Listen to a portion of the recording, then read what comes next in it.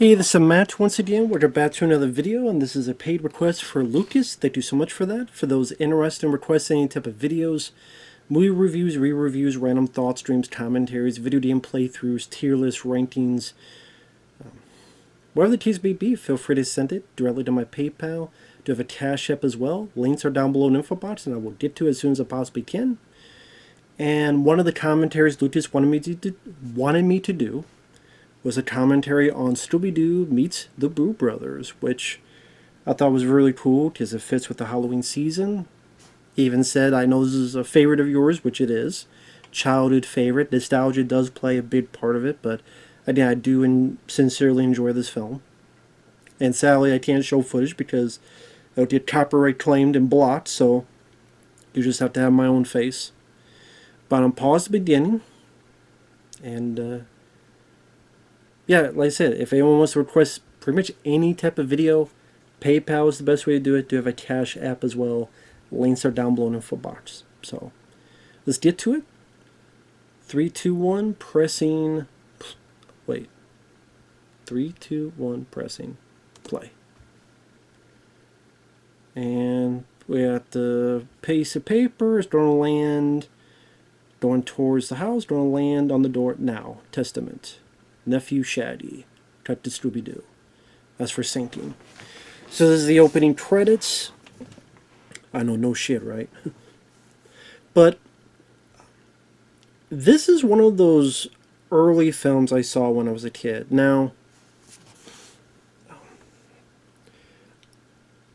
back in the day with cartoons, we only had 4 channels.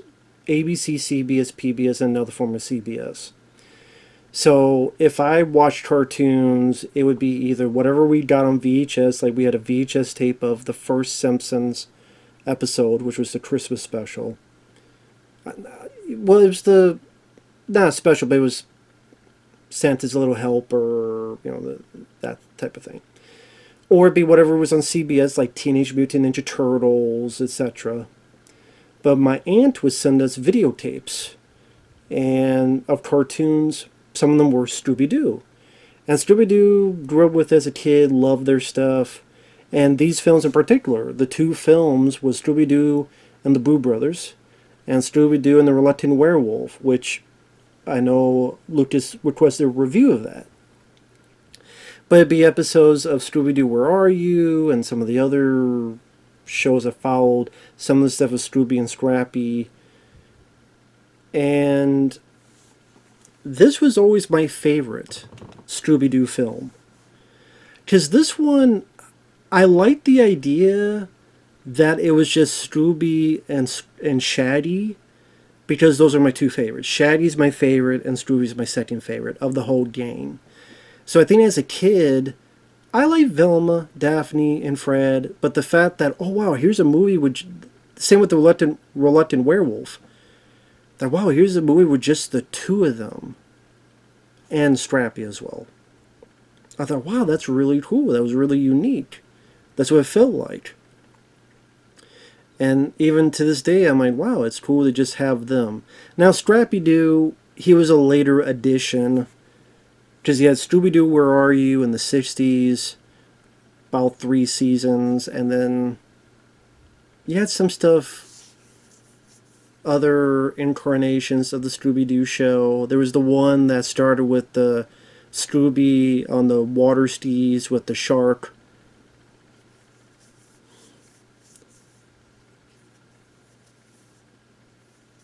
Hang around for Scooby-Doo. I can't. I had the theme song in my head, but I can't do it right because I would fuck up. And there's one that's like this kind of pop, like, Scooby-Doo, Scooby, Scooby-Doo, Scooby-Dooby-Doo, looking for you. So it just all, like, every, like, 1 or 2 seasons, they would, like, do another Scooby-Doo, which I always thought was weird. I guess, like, they knew the property was a hit, but they kept kind of, almost like, not rebooting it, but like, okay, here's like a different format. So here's like the new Scooby-Doo. It's like a new theme song, new opening. Now we have Scrappy. Then you have like the 13 Ghosts of Scooby-Doo, where it was like these three and Daphne. And then there's Vincent Price, and they had to get these ghosts that were unleashed, and that would keep going. And then in the 90s, you had a pup named Scooby-Doo, which I remember watching that. I want to say it was on ABC. I could be wrong on that. And then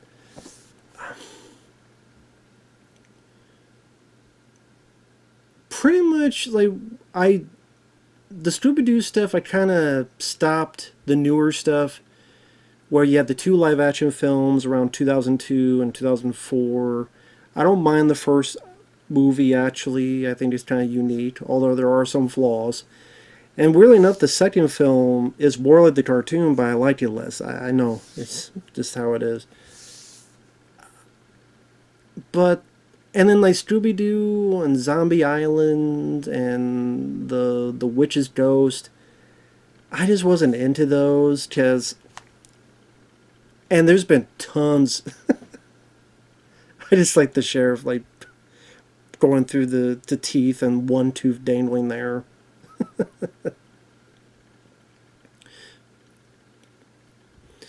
But what would I want to say? It was Scooby-Doo and the Witch's Ghost. You know, Casey Kasem at that point had stopped being Shaggy for a while. He did eventually come back, but he stopped being Shaggy for a while because someone... What I heard was that he was adamant on being a vegetarian, and he wanted Shaggy to be a vegetarian. And he didn't want them to write in Shaggy eating meat. Either the writers or animators scoffed at that or said whatever, and then Casey Kasem didn't like that and left.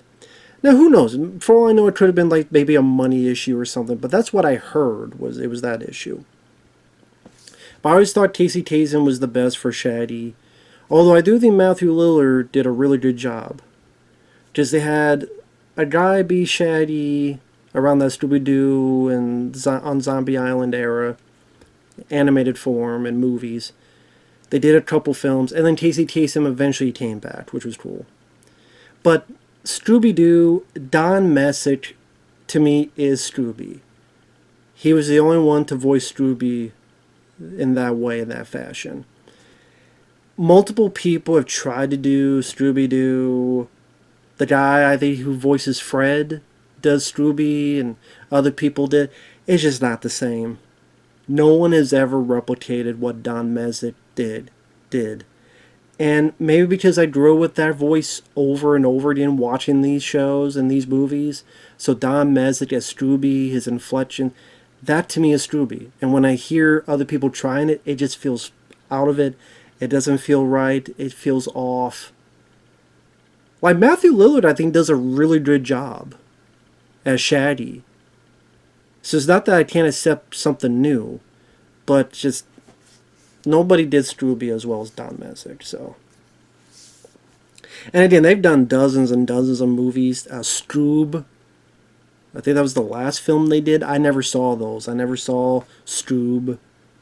I think there was supposed to be a sequel, and that was kiboshed. But I know I'm like 7 minutes in, and I haven't talked about the movie, but I mean, if you're watching it, you know the gist of it. If you're not, you just view these as, I don't know, podcasts. The gist of the movie is Shaggy. It's kind of funny to think about it. It's a former plantation. If you know plantations in the South, they had this thing called slaves. In fact, this is a ghost, looks like, you know, Confederate, like General Custer type of thing. So it's like, so is Shaggy ancestors, you know, slave owners? Because they had a plantation? So maybe nowadays they did cancel for that, but, you know, don't mention the slaves. But they go there to see what's going on, and then they see all this crazy stuff happening. So there's the ghost with the sword, looks like someone from the Civil War. Here's the the Headless Horseman, there's a wolf, there's all these shenanigans going on. And pretty much the rest of the movie is you have this Peter Lorre like butler, hunchback, pretty much telling him, okay, you can stay here, but wanting him to leave. Seemingly ghostly shenanigans going on, and just all this stuff put into this one location. And that's kind of what I like, is that it's this one location, and all these weird, kooky, crazy characters pop out of the woodwork against our main three characters, Scooby, Shaggy, and Scrappy. Because you have like the escaped gorilla, you got the ghosts, or are they not ghosts? Like they're explaining here.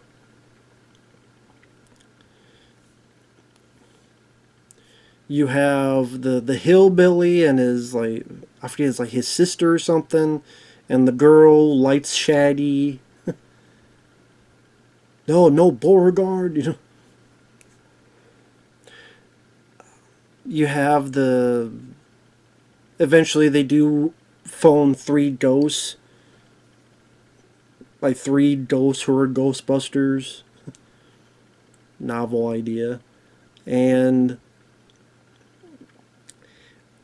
as this is all going on with all these kooky characters, it's them trying to find clues, which leads to more treasure in order to find this big treasure trove. And a chunk of it is Shaggy and Scooby saying we should leave, but then the car disappears, and then they don't know what to do, and here's the escaped gorilla. Like, all this stuff out of the woodwork for the characters. I also thought it was interesting, like, during these movies, this and A Reluctant Werewolf, for some reason they gave Shaggy this red, orange, I'll say red shirt. I think some people say the red shirt years. He normally has a green shirt. I like the red shirt. I mean, I liked either. I don't care. I don't really have a bug on my ass either way about it. But I like the red shirt.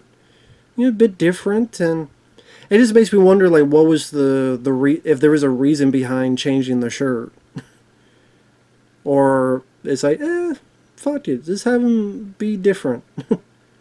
But I liked it. But again, it's just interesting. This is like one of those few times during this period that they had him change his shirt.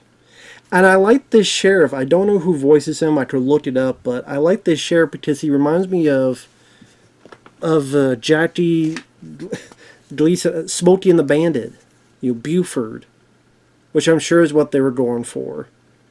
But he completely reminds me of Smokey and the Bandit, sheriff. So I think he's a very fun character. He has some fun line readings.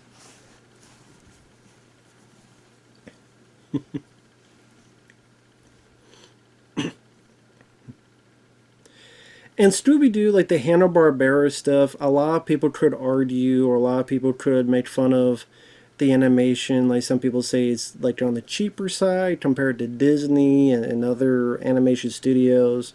There are times that they run, and the run is kind of the same thing over and over again.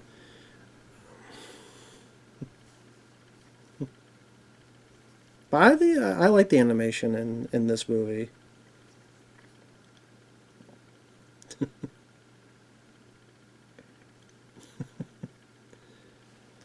How interesting how that gorilla looks the exact same as the gorilla that's escaped. Like the exact same. And if you're wondering, I'm looking up to see if there's any trivia and in the voice cast as well. But I hate having to type this shit out though. Boo. Give me back my thing.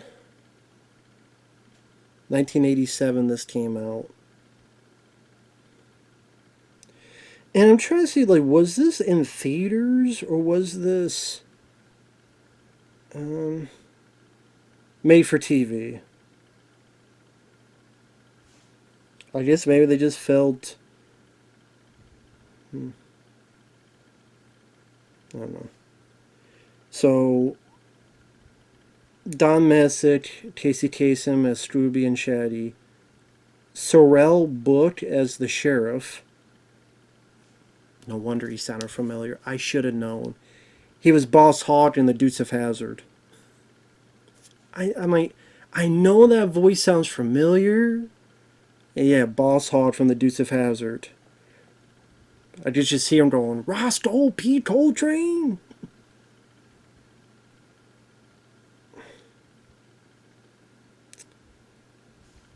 William Calloway as Billy Bob. We haven't met him yet. He was Aquaman in Super Friends. Sadie Mace Stradians, we'll meet her later. Victoria Carroll voiced her.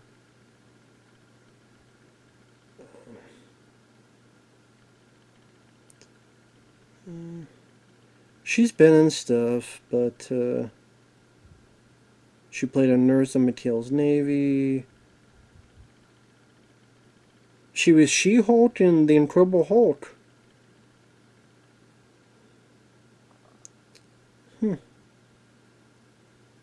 DuckTales, Tailspin, The Smurfs, Pound Puppies, Darkwing Duck as Dr. Beatrice Brute.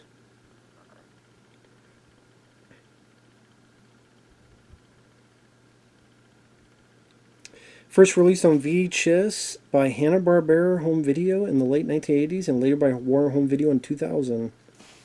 It was on DVD 2003. It was on Blu-ray as part of a Hanna-Barbera Superstars 10 box set through Warner Archive Collection.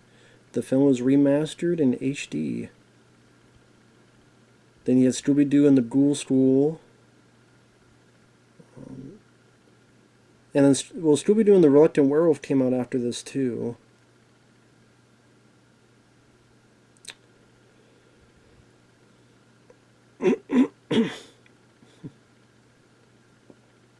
But I think I like the location that they're in. It's supposed to be this very spooky place. There's a cemetery nearby. Since Scooby and Shaggy...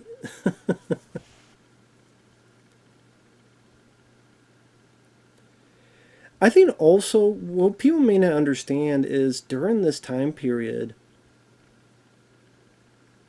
it was mostly when the Dane investigated stuff, it was never ghosts and monsters. It was people in a mask. It was people faking through holograms and robots, stuff that they made up because they want people out of there to get this treasure or get this other stuff. So it was always a mask that would get pulled off eventually. Well, what happened was, me watching as a kid, I'm like, oh, well, this was the first I saw the Scooby-Doo had actual supernatural stuff. That they made a big thing about that with Scooby-Doo and on Zombie Island. Oh my God, like the monsters are real. And I'm sitting there going, I saw this. And I saw a movie where Shaggy turned into a werewolf and was in a race with Dracula and the Frankenstein monster. Or dealing with Vincent Price trying to catch the ghost in the 13 Ghosts of Scooby-Doo. Like, I've seen that. You know?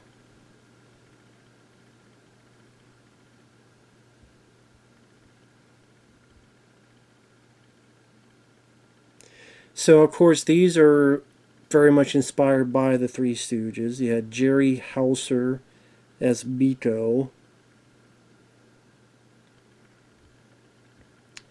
He was in Slapshot. He did voices for a lot of stuff. You had Ronnie Shell as Frico.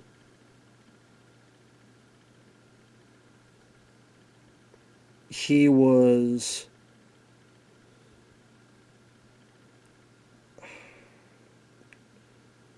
I'm trying to remember. Something back to the day he was in. I can't remember though. But the guy I do know is, I'm trying to remember his name. The one in the middle with the green hat, goggles. I guess you could say he's kind of the Larry of the Three Stooges. The one in the middle right now, that is Rob Paulsen. I know that because Rob Paulsen was the voice of Raphael in the 1980s to 90s Ninja Turtles cartoon. And then we voiced Donatello in the 2012 Ninja Turtles cartoon. He did a lot of other voice acting, but that's the stuff I remember the most.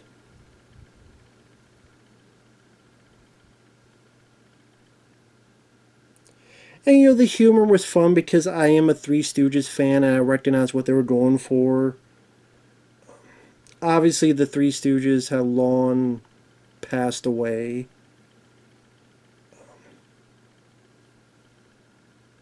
I do wonder.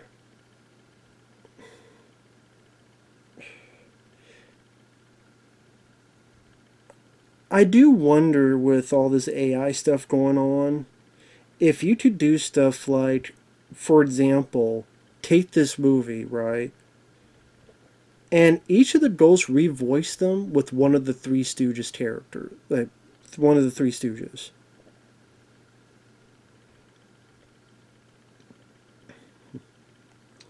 Like the one have Larry voice the character, etc., and etc.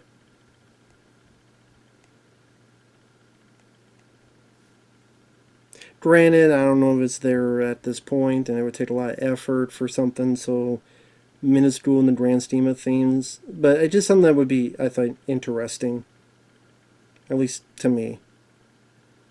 It wouldn't be on my second, first, or fifth, choice to use that technology for, but just a curiosity piece, that's all.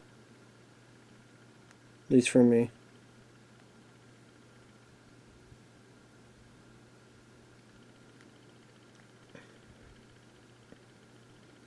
But see, this is what I like is kind of the zaniness of how everywhere they turn, there's another character. Here's the hunchback. Here's the ape. Now here's the fucking three ghosts, and then more to come. Like this girl here. She has some short shorts on. God damn. She got some short shorts, and she's like the ass. Like you see the ass crease. So they're tied up in that. You literally see the crack.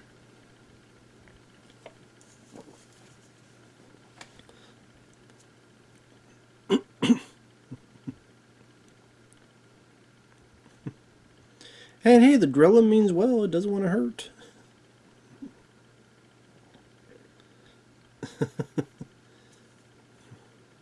Uh-oh. The reason I laugh is I love Casey Kasem's voice performance of just how just perplexed he is with this lady. She's a good-looking lady, but at the same time, you don't know what her throws around. Whoa, whoa, whoa. You don't know where she's been. Did she wash her ass? Did she wash the front? And she got here with bare feet, so I mean, you walked all the way over here in the dark through cemetery and mud, like with your bare feet?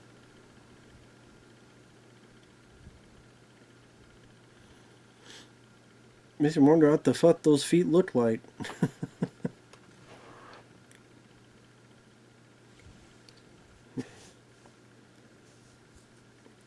Where you going, cutie pie?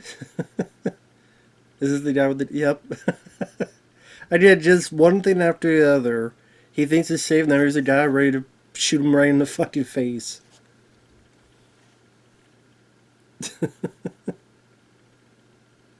It just all the predicaments. And yeah, I think that's another reason why I mentioned this before, but that I liked that Scooby and Shaggy were the stars of this. Shaggy was my favorite, was always my favorite of these characters. So he's really front and center. And I think that was appealing to me as a kid watching this, and it's again one of the reasons why this is my favorite.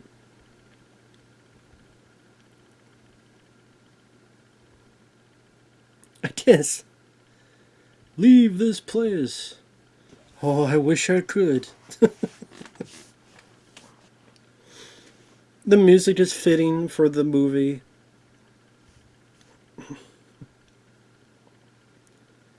It's like he's got nowhere to fucking go. Little details there of the bullets going through the door. I love the voice acting on these two as well. I think it works well. Never. Like the way he's like, never. Just try and stop me. Telling about the courses you went through. They get so strong.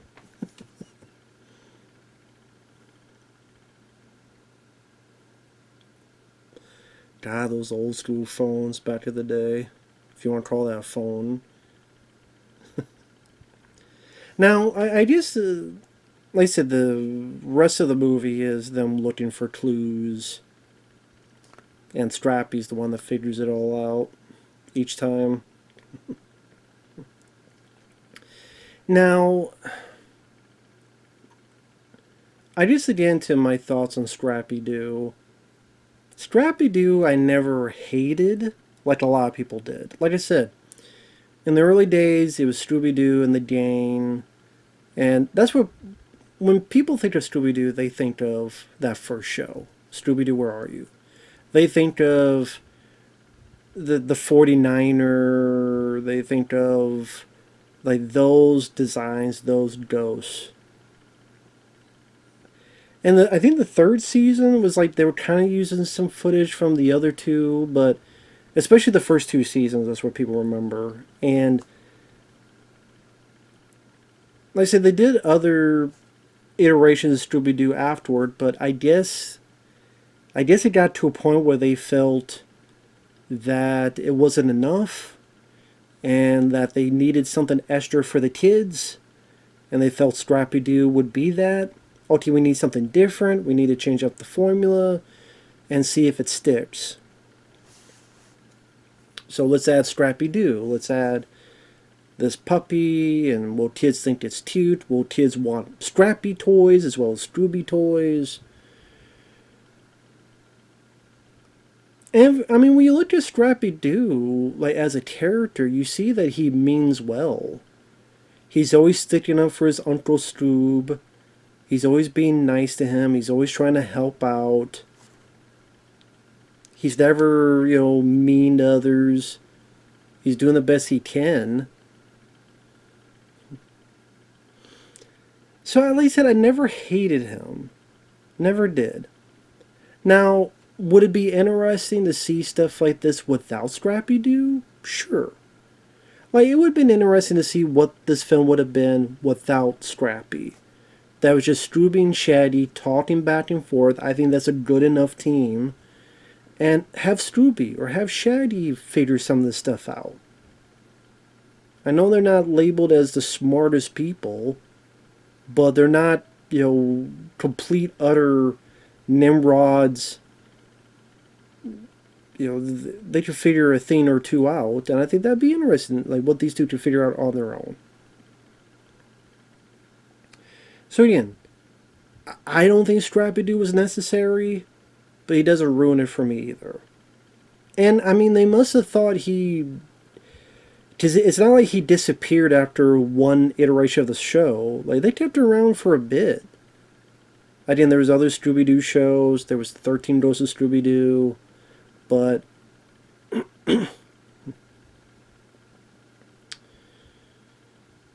a pup named Scooby-Doo, obviously they could not do it because Scooby-Doo himself was the pup.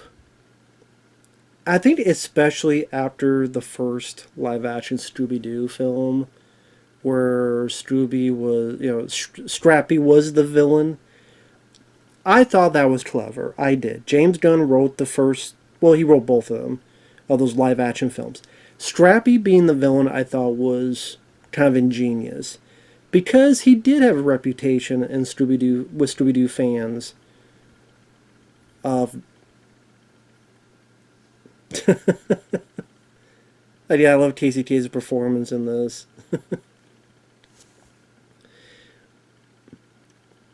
But there was a reputation among Scooby-Doo fans. Oh, Scrappy-Doo sucks. Scrappy-Doo was annoying.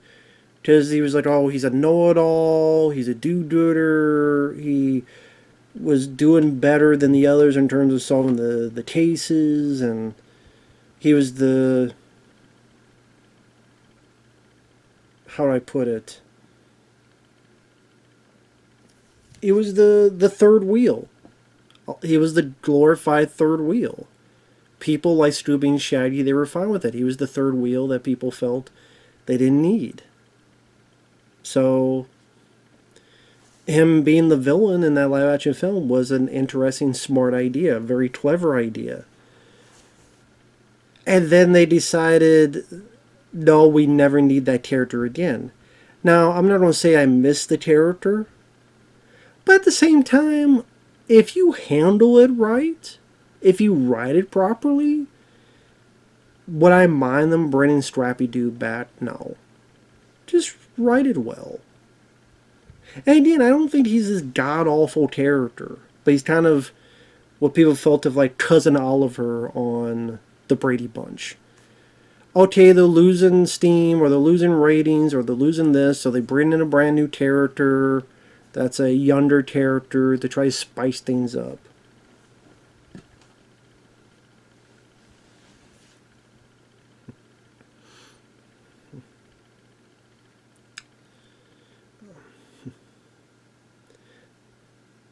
That's a strong dog, and you stand on his back and not break it.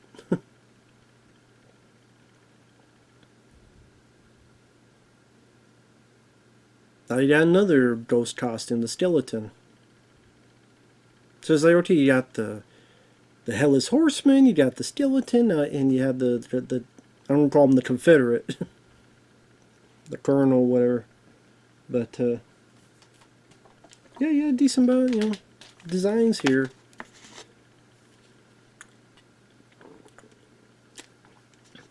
And I think what it is for me, like this, it always kept moving forward. There was always something happening. So it was always some kind of predicament that they were in. Like they were being chased around by ghosts, and then Shaggy's being chased by this girl and this crazy hillbilly, and now they're hanging off here. And now why the ghosts can't go through the chimney, I don't know. Like, they could go through walls, but they can't go through a chimney. Cartoon logic. Again, why they can't just drip through the chimney, I don't know. Because here is...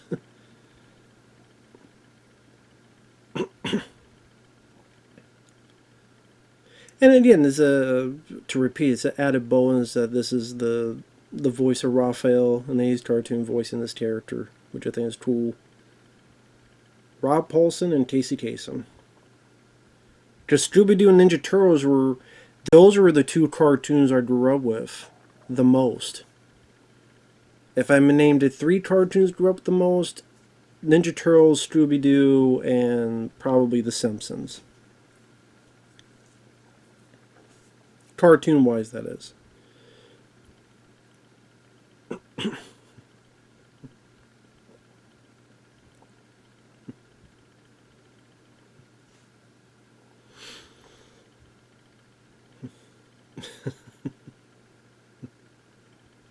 Goal!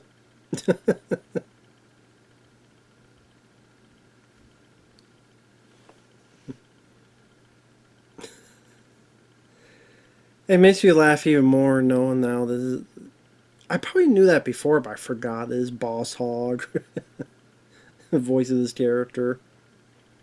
But I guarantee you, like, hey, play the guy, Jackie Gleason from Smokey and the Bandit. Play him.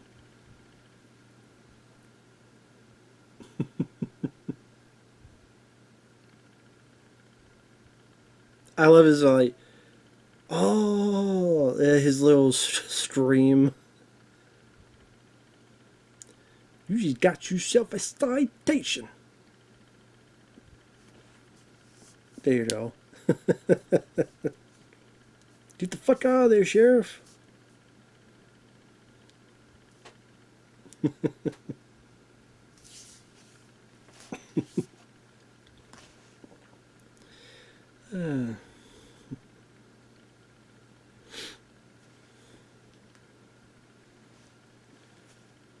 So yeah, like, oh, you don't hit the light.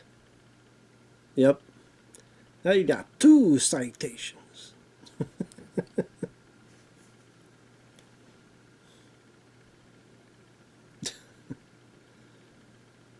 I mean, the job, I mean, considering, thinking that the cops could come back here to arrest your ass, you're pretty ballsy to still keep shooting here, buddy.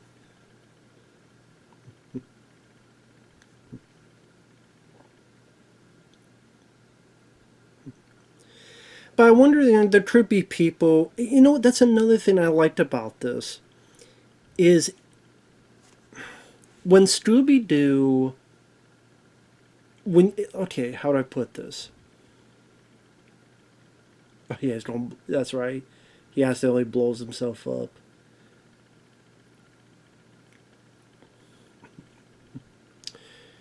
If you go back and watch the first season of Scooby-Doo, Where Are You? Or some of these other Scooby-Doo shows, they're fun to watch. But you notice if you watch them in one go, you notice this repetition and this formula that's repeated over and over again. They had a new location, they talk a little bit, the monster's there, and then they search for clues, blah blah blah, unmasked, here's the steam, end of the episode. And so when I would go back and rewatch some Scooby-Doo, I would feel that formula, like by the end of it, play out, and I wonder if that's why they kept trying to retool after a season or two or such, that maybe they felt it as well. And that's what I like about this, is that it feels refreshing because it's not following the same formula. Where it's just like out of the woodwork, just this what the hell's gonna happen next type of thing. There's a gorilla, oh shit, there's a skeleton, gotta get the fuck out. We just get shot at by a hillbilly. Now, what do we do after that? I like how Scrappy is like all tough, then when the gorilla comes out, he's like, I'm not gonna say anything. Yeah, gorilla don't like getting shot in the ass. I love the image of a gorilla shooting the fucking gun now after the hillbilly. I love that. The gorilla takes the gun, see how you like it. That's what I mean. It's stuff like that I find pretty fun.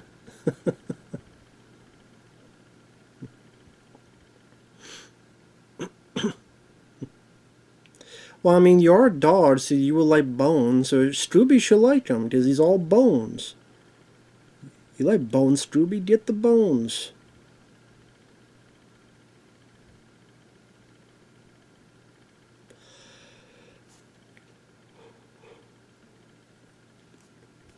And yeah, the clues, you can figure them out easily, but it's a kid's. This is them getting real pissed at Scrappy.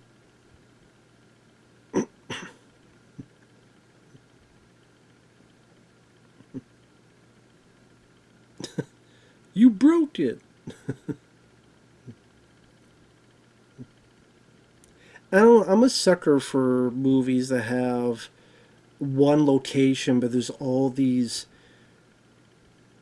hidden doors and hidden areas. I don't know why that fascinates me. It's like that adventure quality, like Indiana Jones. What's the next clue? What's the next trap? What's the next thing around the corner? Secret to find.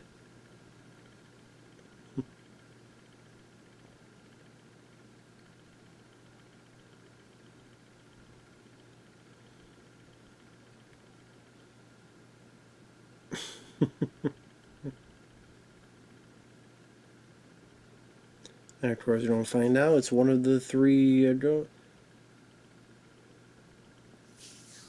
See, See, you notice in the previous one, you did not see a hat. Then when they come back, then there's a hat. Because they knew that if they showed the hat then and there, and when they went to the commercial break, because that's why it faded to black, it was a commercial break. People go, oh yeah, I mean, that's the one of the ghosts. So, I mean, you say a bit of continuity breaking there. But, you know. And again, that's why at times there's these fade to blacks because of the commercial breaks. Which I guess nowadays isn't really a thing because now it's all done streaming where you don't need fade to blacks for commercial breaks. You don't need that at all.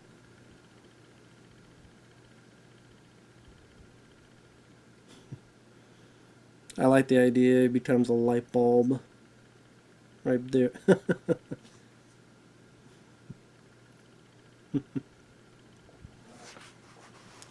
Thought that was kind of clever, kind of neat.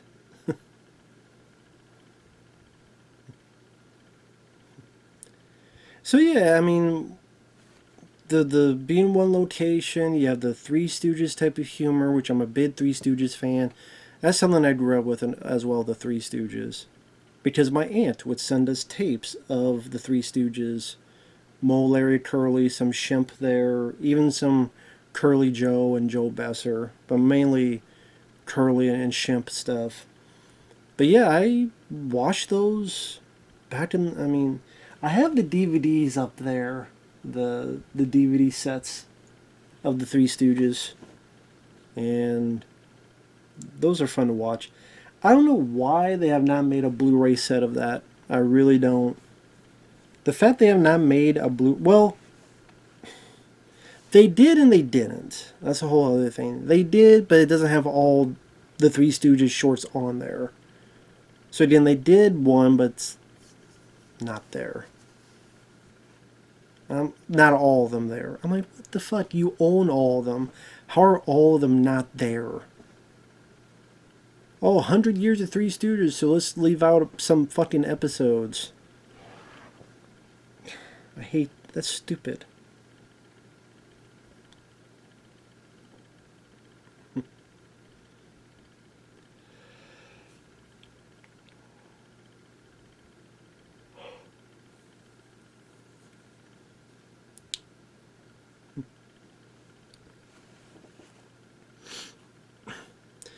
And yeah, for what I remember at the end of the story, the three ghosts get this house.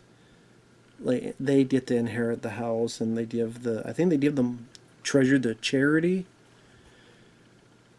I guess they figure, you know, if they kept the money, maybe they think, oh well, kids that don't be too greedy. Or maybe they thought, well, if anything happens in the future, people don't wonder, well, wait a minute, aren't they rich? I would like to have at least kept a little bit of money. I think they should have kept at least a little bit. Just a little bit. Like the jewels, the diamonds they keep finding, at least keep them. You know what I mean? I was always a little bit mad at the characters, like, did not keep anything for yourselves. A tick. The attic.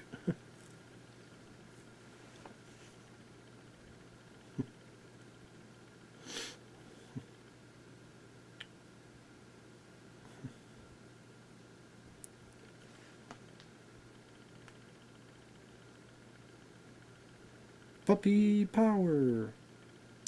I would say the first time actually I saw before the live action Scooby-Doo film that Scrappy was handled as if in a negative way was, for those who don't remember, well, I actually reviewed it one, the Scooby-Doo project, which I actually did review it. That was a request. It might have been around last Halloween or something, but last October. But for those who don't know, the Blair Witch Project had come out, and some people, Cartoon Network, hey, can we do something? Or maybe, I'm trying to remember the idea behind it. Anyway, whether at least another, let's do something about with the Blair Witch Project, and It was supposed to be this little thing, but then it became a bunch of little shorts, and then like it caught on, and people go, "Wow, this is actually pretty entertaining." And you can find on YouTube someone put them all together, which was really cool. The Scooby-Doo project, where they're out in the woods and it's like Blair Witch and such.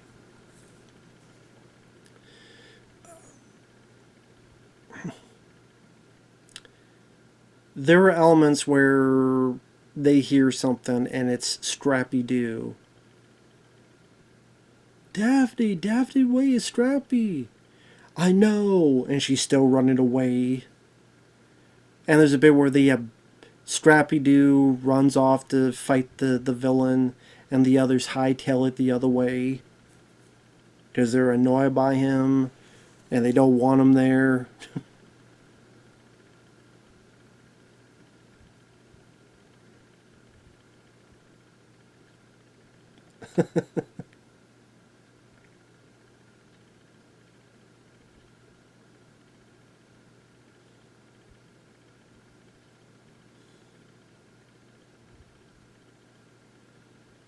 Of course, that eventually there's going to be something else in there, in the mirror.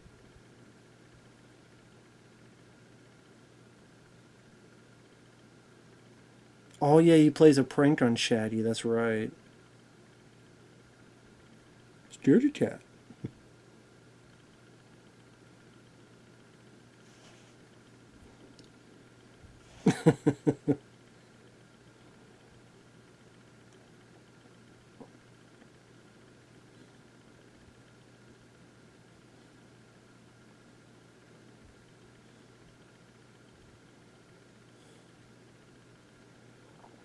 Uh,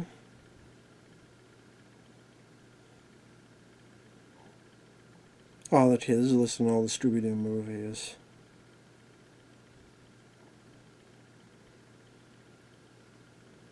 Dude, this is listing all the shows, but they're not putting them in order for some reason.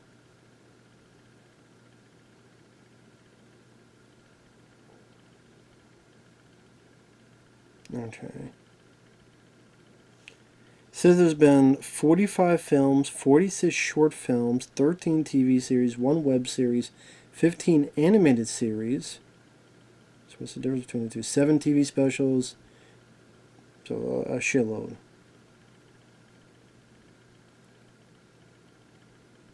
Oh, I don't know if I missed the bit that I love.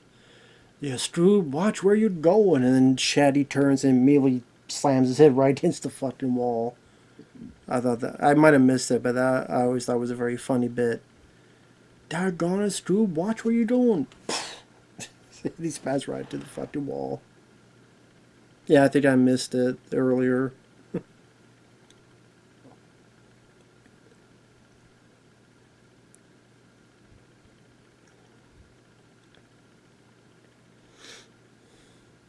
Yeah, I said 3 seasons of Scooby-Doo, Where Are You? But there's actually, well, yeah, so there were 3 seasons, but I don't know, they split up kind of weirdly.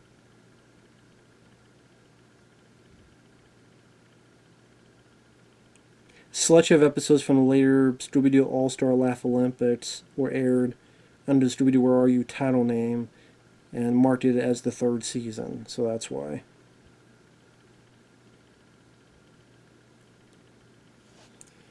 It just seemed like a perfect figure, like just these 3 at a spooky mansion, like nice viewing for the Halloween season.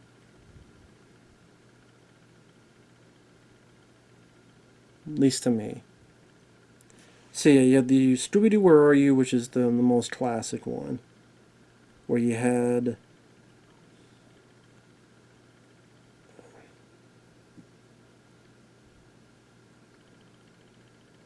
the Night Ghost,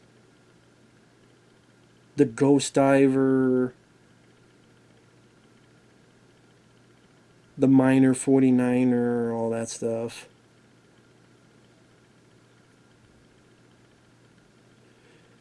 That was 1969 up until 1970. Then you had the new Scooby-Doo movies, which I remember, because those, for 24 episodes, they had all sorts of guests. They had Well, they couldn't get the actual Three Stooges had passed away, but they had a version of the Three Stooges, the Addams Family. You had Jonathan Winters, Don Knotts, Phyllis Diller, Sonny and Cher, Davy Jones, Jerry Reed, the Harlem Globetrotters, Tim Conway, Dick Van Dyke, among others. Then 1976 to 78, you had the Scooby-Doo show. That's the one I remember where at the beginning he ran and there was like a shark chasing him. That was 40 episodes. Till the mystery is solved, stick around for Scooby-Doo.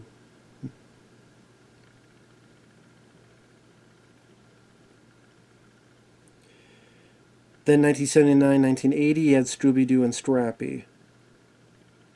And that was 16 episodes. Then 82 to... In 1982, you had the Scooby-Doo and Scrappy-Doo shorts. 33 episodes. I think each episode had like 3 short little segments. You had the new Scooby and Scrappy show, which was the 3 of them, and Velma. Daphne. That was the one that was more like pop.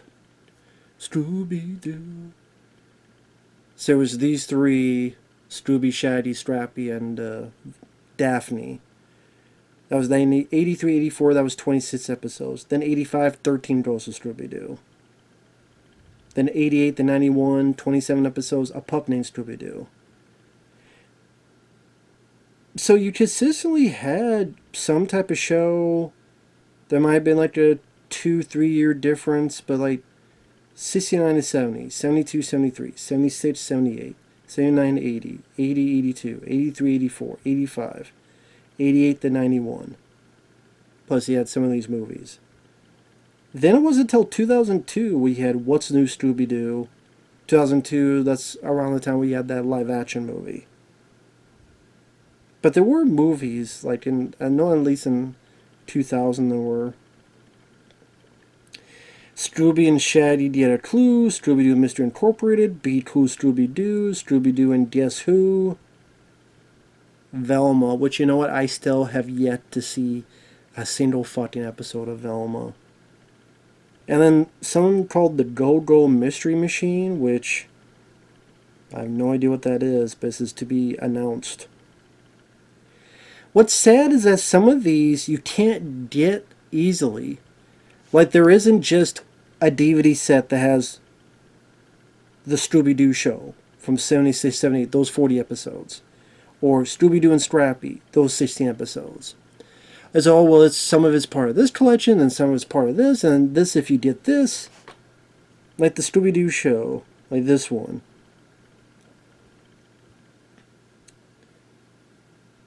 The first season was released with the Dynamite episodes. The second season has not been released on set, but some have appeared on random DVDs.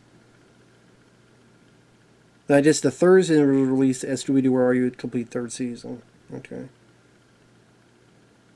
All are available for purchase on iTunes. But and the Scooby-Doo and Scrappy show.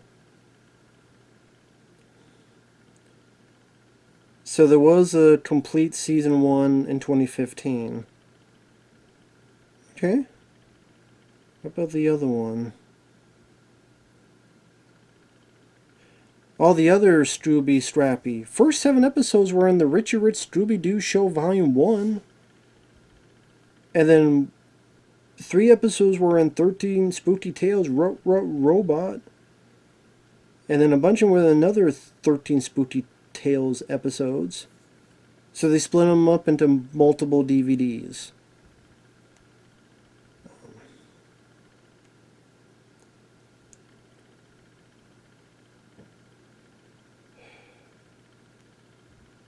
That's what I'm talking about. Something that's just annoying to try to get on physical media, man. Fucking hell. Like Pup Named Scooby-Doo were in 7 Volume 1, Volume 2, Volume 3 sets. And then they were in like...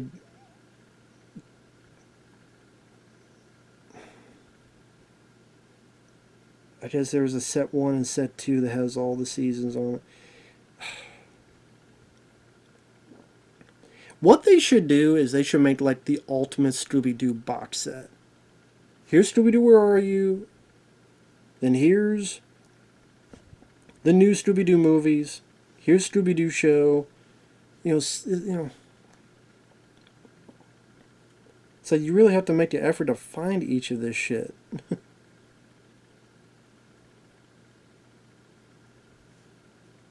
At least to me, it seems. Maybe that's just me. It's weird how Shaggy's eyes here look like a villain. Like, it's weird how they did like... What the fuck? Like, for some reason, like, that one shot, they made Scary's eyes look... Shaggy's eyes look scary. I'm like, why? Why does he look like a fucking villain in that?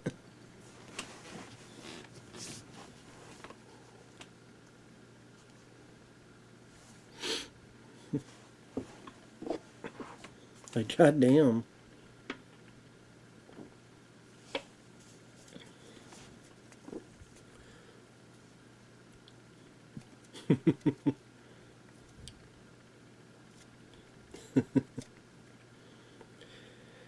I think Casey Kasem and Don Messick definitely knew how to work together as these characters. They had good chemistry with each other. I mean, Casey Kasem, I always remember him for this, but I know he also was the Casey Kasem Top 40 Countdown, which, to be honest, I never really listened to because where I was at, where I grew up with, we really didn't get that station. It was, I mean, I guess eventually if you looked hard enough, but it was mostly like, here's a country music station or stuff of that nature. Which he makes an appearance, his countdown, in the first Ghostbusters. With some spooky poltergeists, and now on with the countdown. He also appeared once in a while in a movie. What was the... I forget what the movie was called. The Dark. I think he was The Dark he was in. He had a supporting role in The Dark. 1979, give or take. But yeah, Sally, passed away. Same with Don Messick. I think the guy who voiced Fred, he's still around. I just love how that branch just took that fucking sheriff. Oh, I love this timing.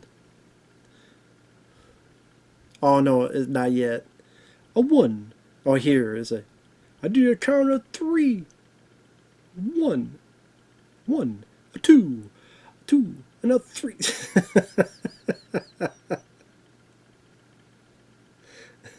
Again, he does a really good job for me, to me, voicing that character. I love the timing of that.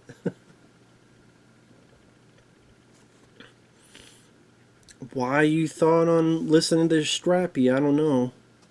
But he is supposed to be a dumbass. Now we got a pissed off bear.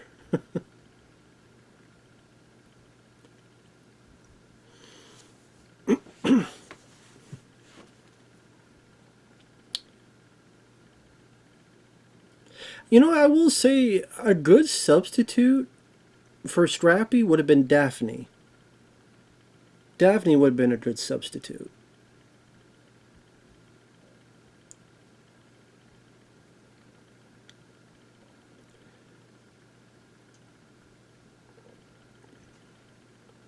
Which is interesting that later on they would have Daphne on that Scrappy show, and then the 13 Ghosts of Scooby-Doo. I did say felt Velma and Fred were not really popular enough to be with them. But just like Daphne, always a hot girl, hot lady. Which I was more of a Daphne person than a Velma, I will admit. Daphne, pretty hot. Pretty hot for a cartoon. She's just a cartoon, folks. But yeah, she's pretty hot. The old Daphne. Now, like, whenever, if they do Daphne, it's gotta be some fucking political thing, you know, try to throw that in there. It's not like she was this useless, shitty character before, you know. Oh, she would get captured all the time. No, I mean, the other characters would get in trouble. I would say Scooby and Shaggy were in much more trouble, much more times than Daphne was. Just saying. I don't know if I want to be in a grave. Yeah, exactly.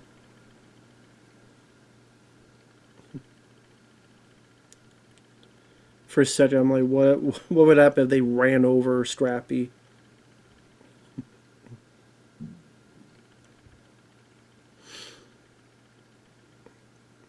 I would say, what kind of fucking tombstone is that made of to be able to rattle like that? Must have been some bad construction on that tombstone.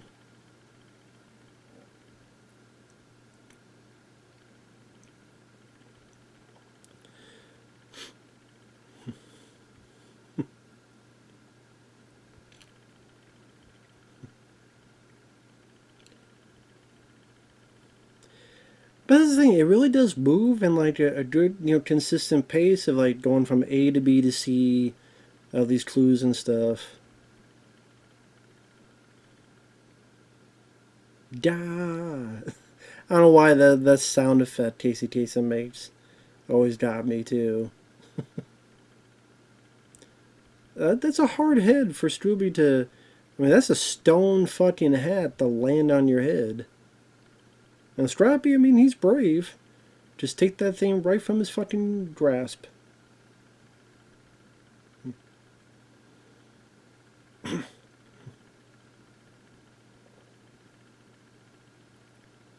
Again, it's just like no matter what, they have no time to breathe.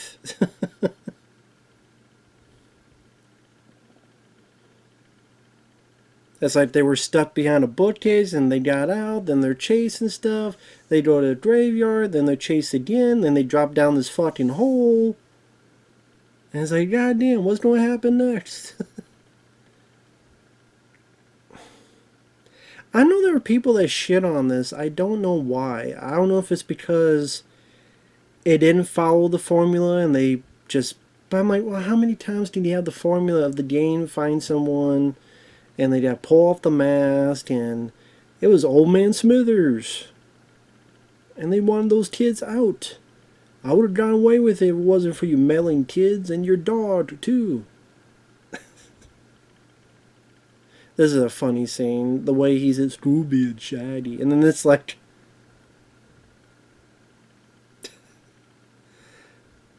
They're both, they were like. Just the way Shaggy's like, what the hell?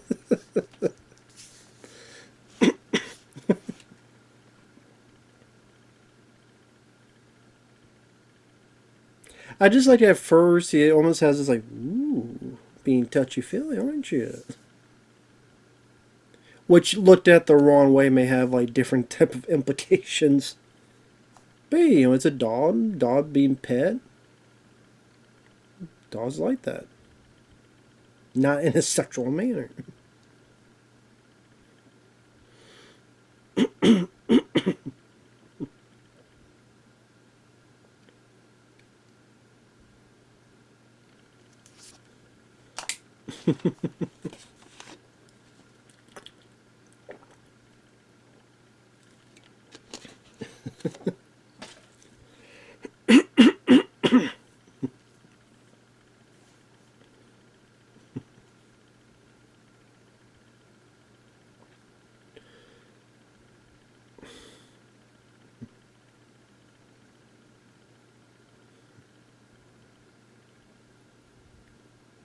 Sorry, now I'm just watching the thing.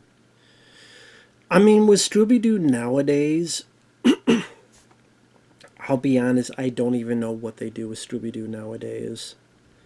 I don't know if they are doing anything with the character.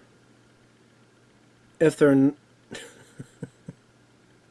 I love like he ran off, like his clothes fell, and just the way the girl's like, did he just lose all his clothes? He was befuddled, just as befuddled as the audience. But yeah, I guess I should have looked up. I don't know what they're doing with Scooby-Doo nowadays.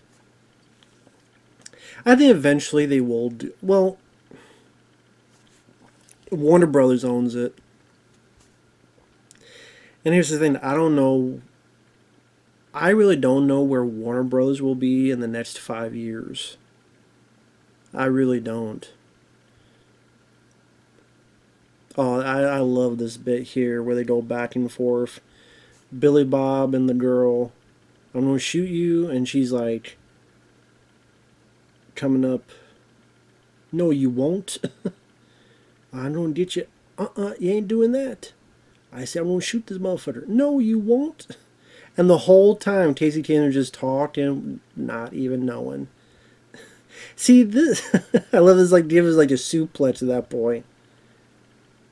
See, this is an example of the repeated animation actually working in his favor. And once in a while, like, throwing a little bit of different, like, pulling her out of it there, and now he's, like, grabbing it. Now I'll do the suplex.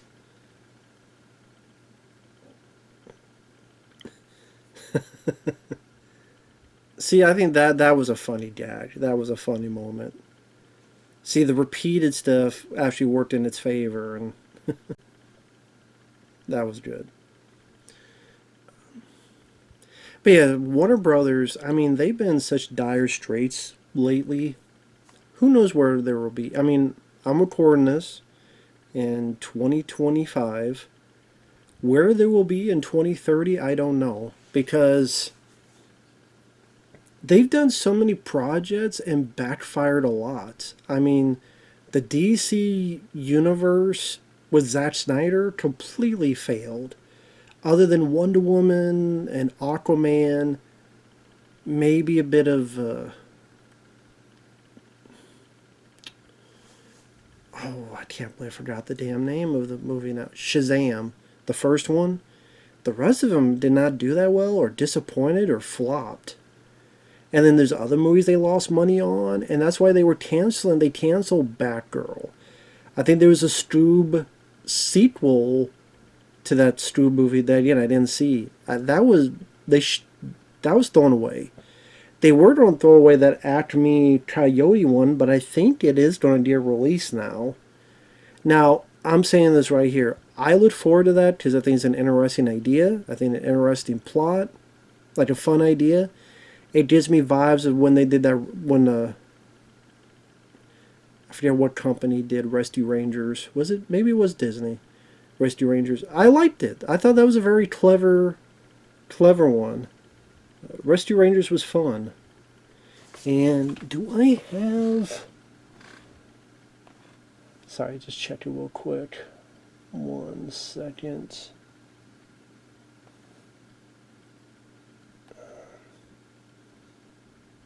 I think I have that. Sorry, no, you're just looking at my shoulder. I might have put that somewhere else. That's why I don't see it here. I think that's what I did. Yeah, I think I put that over there, actually. Unofficially, I got it from someone. Someone who, anyway, not going to get into that. But, yeah. Sadly, that was not released officially, which is too bad. The Rescue Rangers movie. I was going to say that Coyote versus Acme, I will say here, it will bomb. It will bomb. Because it's based on Looney Tunes characters, and they do not have the box office power to succeed financially. The closest they got was Space Jam, and that was because of Michael Jordan, not because of the Looney Tunes. Because Space Jam sequel flopped, and it was a shitty film. So the Space Jam sequel flopped. The Day the Earth Blew Up, which I thought was a pretty good one, the film with Porky Pig and Daffy Duck as the stars, that was a good movie. They say it was 2024, but it came out 2025 this year, and I like that movie. That flopped. It didn't deserve it, but it flopped. So Space Jam 2 flopped. Day the Earth Blew Up flopped. Hell, Back to the Day, Looney Tunes Back in Action flopped. This will flop. I guarantee you it will not do that well. I would love to be proven wrong, but I don't think it's going to make... If they release it in the summer and there's that much competition, they may be lucky that maybe some kids will go in there. But at the same time, with that plot, parents may be like, I don't know if I want to take my kids to this. I don't see it work out. I would love to be proven wrong. Unless it's a bad movie, then okay, no wonder they want to do. But I mean, it could be a fun movie. If it's a fun movie, then good. Again, I hope it's like Rescue Rangers, where it's a nice surprise. That's where you get the first inclination this guy's the bad guy, to just like push the button. Even Shaggy figures it out. How did he know about pushing the button on that horse? Because he knows, because he was the bad guy. He was the Headless Horseman. He's the ghost. Wants to steer him away because he wants to find the treasure himself.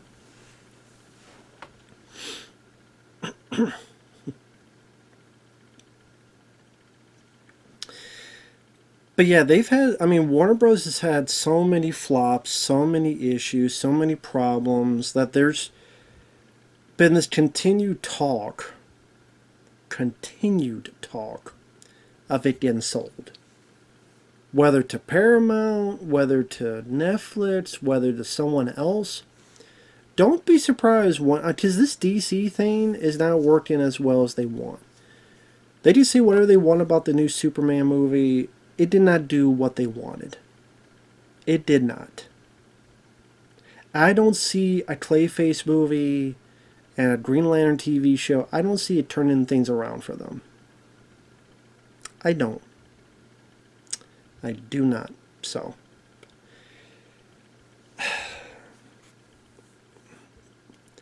Yeah, so what they will do next for Scooby-Doo, I have no idea. None. And then you have an audience of people wondering, will they even care about Scooby-Doo or these other characters? Because they didn't grow with it like I did and some other people did.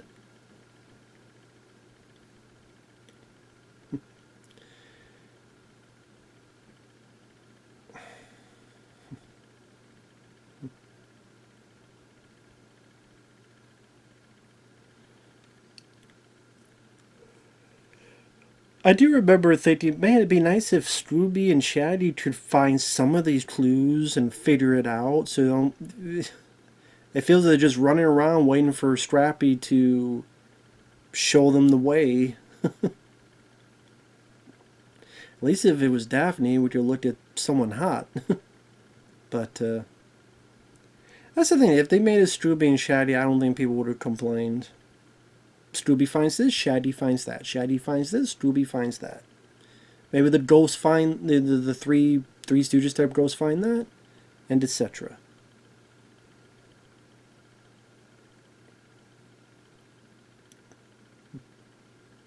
I do wonder if there was stuff that was cut out. Like, they wrote stuff in the script, and they said, no, we don't need this, we don't need that.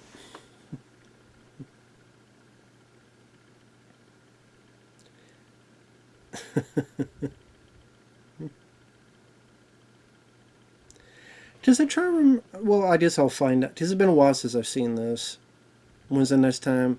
Is that the last time we see those two hillbillies or not? Can't remember. I mean, the lady, the face and the tits look nice, so it's like, you know what? It's a cartoon. If the rest of her body looks as good as her face and tits, give it a shot, Shaggy. I know, not every man's a whore.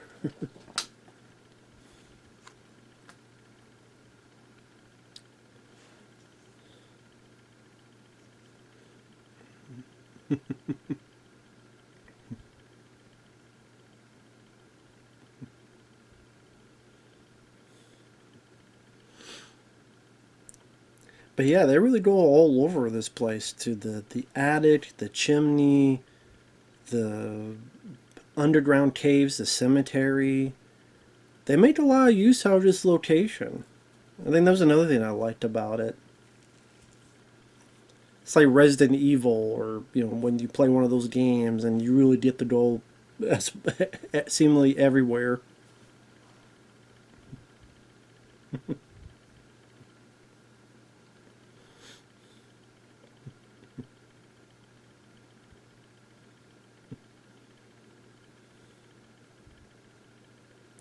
But Scrappy steered there, so see, he's not all puppy power all the time. He just steered like everybody else. I would be wondering who the fuck built these traps. Like, who built, fucking charged swords coming out of the walls and the fucking ground. And where the fuck did he get that at? And that one crashed through the wall.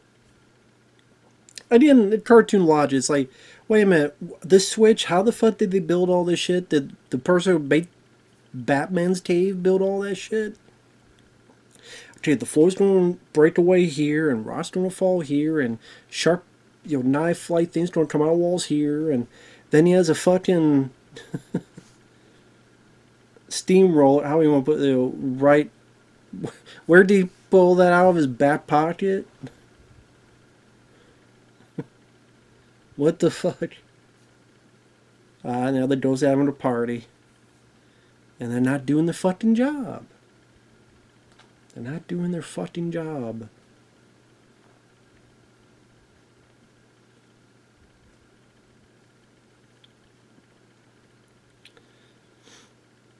I guess maybe for some people they figure that for Scooby-Doo the aspect maybe 20 minutes is really the right time for that. And the go longer, maybe they feel it's padding, but overextended. But yeah, I've repeated the stuff I like about it. I like the characters. I like all the kooky, weird characters out of the woodwork. I like that it goes at a pace where it's so many different things out of the woodwork that just different from the formula we would see in the early iterations of the show. I'm talking about like Scooby-Doo, Where Are You and stuff. Damn, brace the shit. It's the chic. Nowadays, that'd be... I love that the one is like sassy, like, okay. She had a pause, like, I'll get your ass later.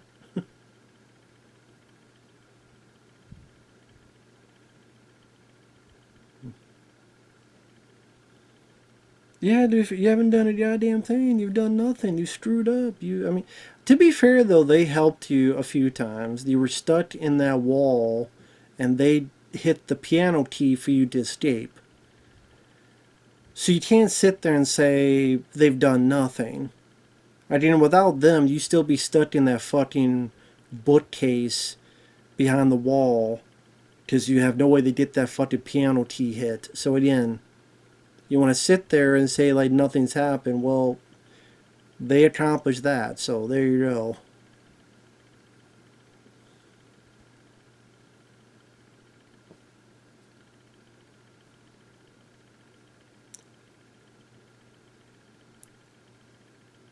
Of course, ironically, they have a violin, and one of the things with the Three Stooges is the violin.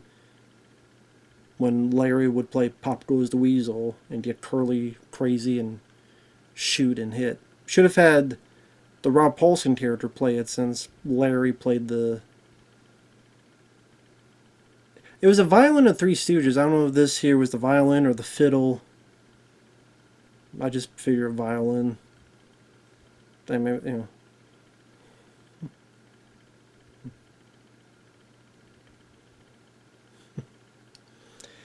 Hey, you'd rather have them on your side than against you, so there's that.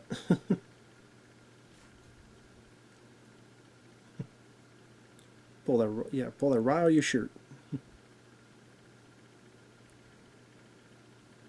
Yeah, this bad guy had all these costumes like up his ass because I'm gonna become the Confederate guy. The other way, now I'm gonna be the skeleton guy. You know, for a fat guy, he's pretty fast. Okay, so you do see the hillbilly here again. That might have been the last time we saw the girl, though. I'm wondering. Maybe that was the last time we saw her. Oh, shot him right in the ass.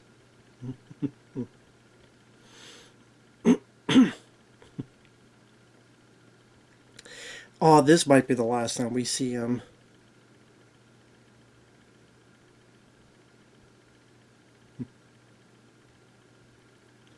That's pretty fucking strong to move the whole damn tree branch. Big mistake, shooting him right in the face. You should have looked where you were damn shooting. And no more gun now.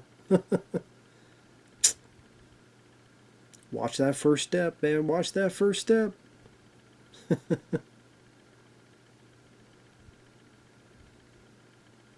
See, that seems like an abrupt cut. He's in the water, and then boom, it cuts back to them. Now, again, maybe that was always meant to be the case, but I do wonder... Because you gotta think with movies... Well, I guess to be fair, with animated films, because of how much time it takes to work on it, you have to be pretty damn sure. But there's deleted scenes in animated films throughout the years, so that's not unheard of. Now, they may have like a early... Not animatic, that'd be later on, but... I forget what you call it. Early sketches or early... They do a kind of a rough quality of animation to see if this is the way to go, and then once it's set, then you start getting on all the details.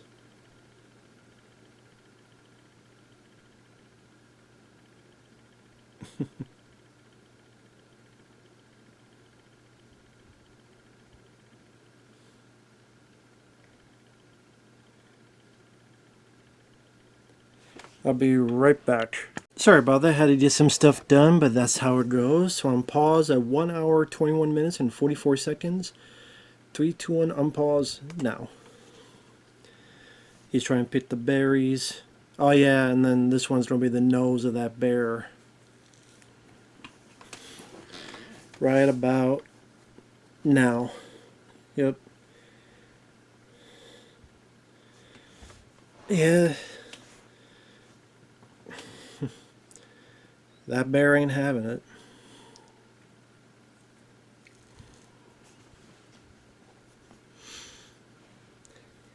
I think it would have been cool if you had the ape versus the bear.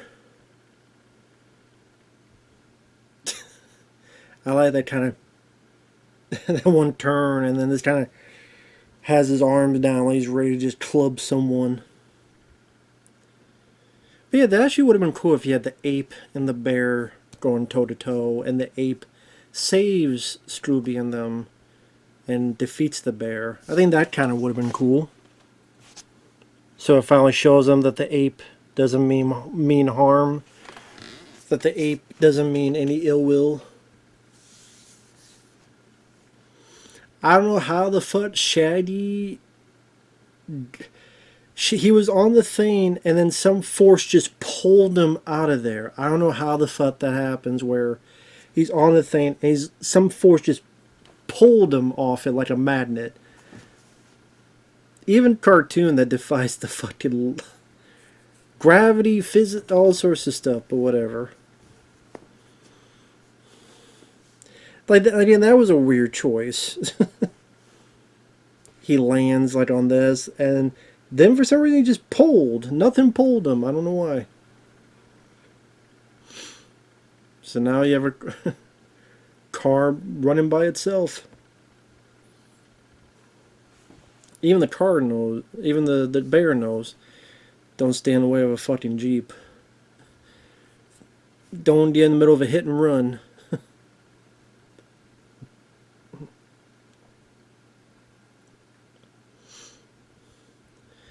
See, nowadays this would be like some tiny intricate device that will put inside the dashboard or something. But hey, it's 87, so it'd be this gigantic thing you would have on top. I could buy that because you see phones, how fucking big phones were. Like this fucking big. I mean, that's phones, let alone any other computers. Like a laptop computer now fill like an entire room back then. So, how times have changed.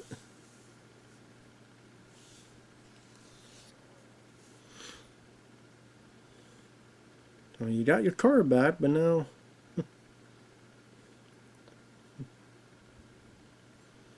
I would say put on the brights and have them flip over. Well, if they think it's a ghost, then you would assume it would pass through. Of course, it'd have to be stopped on a bridge. Why would it not be?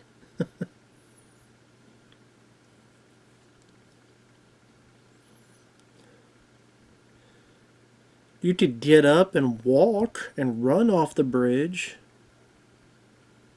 It didn't. You didn't even see him cut the other side of the rope for the bridge. Because the next shot, that rope on the other side is gone. Like it's been cut.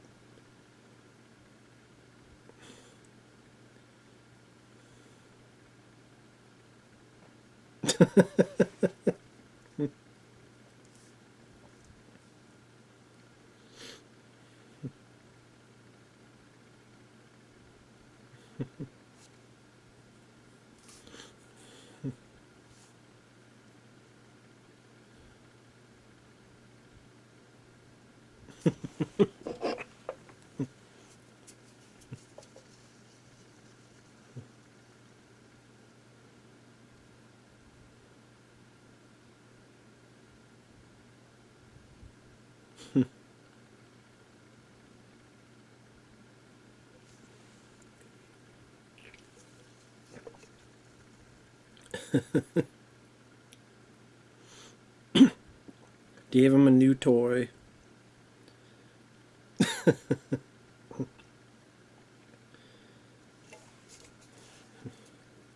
Yeah, we haven't seen the butler in a long time. I just realized that. Like, when was the last time we saw the butler?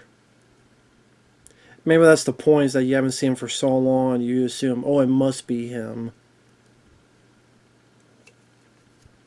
But it's not. Spoiler.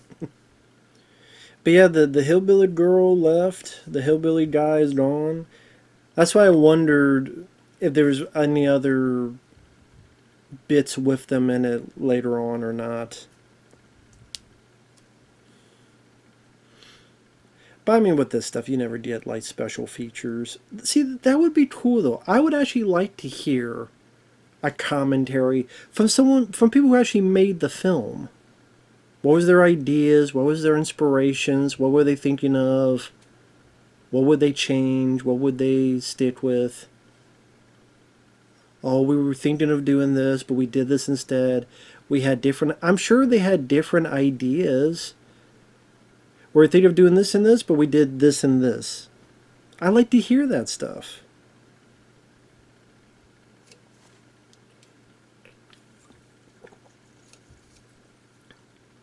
And by the way, what bridge did they cross? Because the bridge is gone, so what was that bridge from?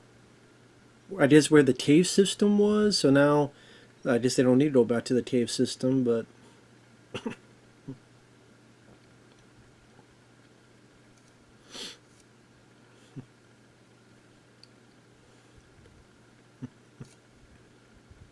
If you listen to the voice, you could kind of tell who it is.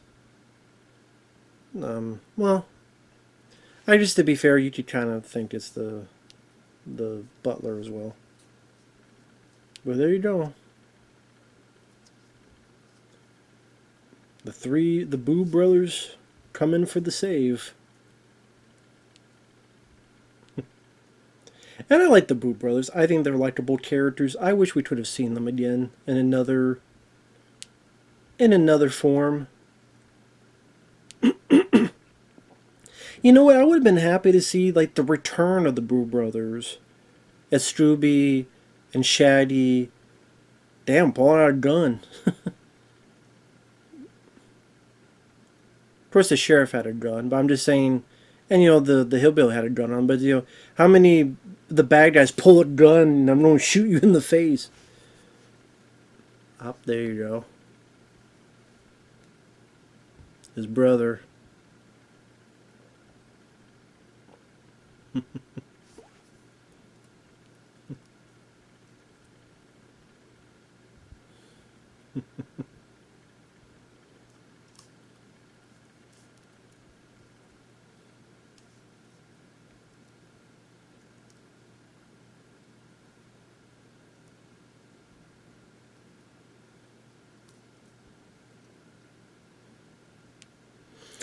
There's a part of me that kind of would like to have seen all the characters converge in one scene.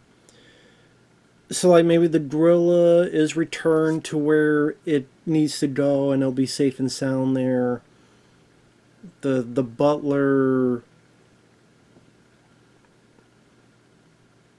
I don't remember what happens to the butler, honestly. What happened to the butler?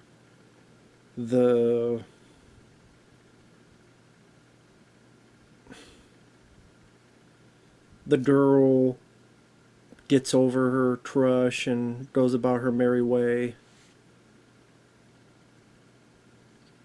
There's the butler. And it's the Boo brothers. I remember this.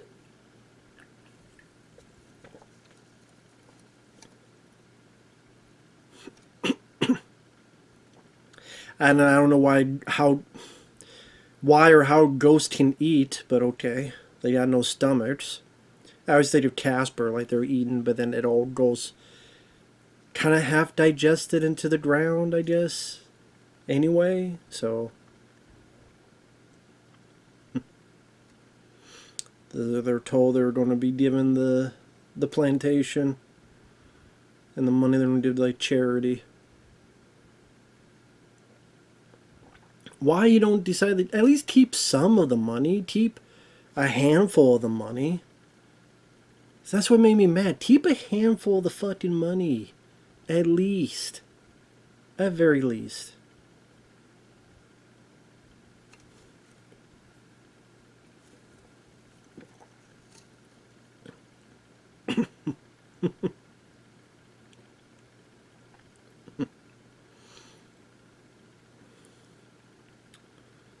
And there you go. That's right, Don Massa did do Scrappy-Doo as well. But this was fun. Like, this was fun to rewatch. I still enjoy this. I still think this is a fun movie. Getting very nostalgic. Brings a lot of memories back. Watching this back to the day. Enjoying these characters. I would like to have seen a return of the Boo brothers. And your Rob Paulsen's still around. Bring him back to voice at least that character. And